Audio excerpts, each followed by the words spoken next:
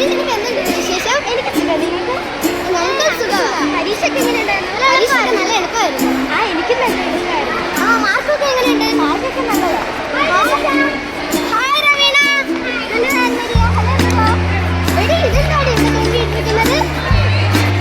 ഓ, ഇന്ന് Hiroshima ദിനമാണല്ലോ.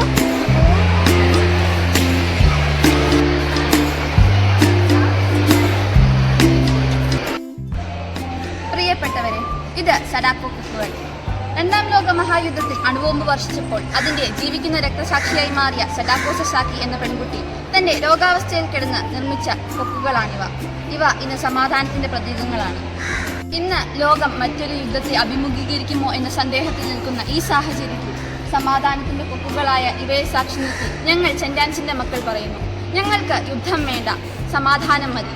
Hiroshima ദിനമായ ഇന്ന് നമുക്ക് ലോകസമാധാനത്തിനായി പ്രാർത്ഥിക്കാം.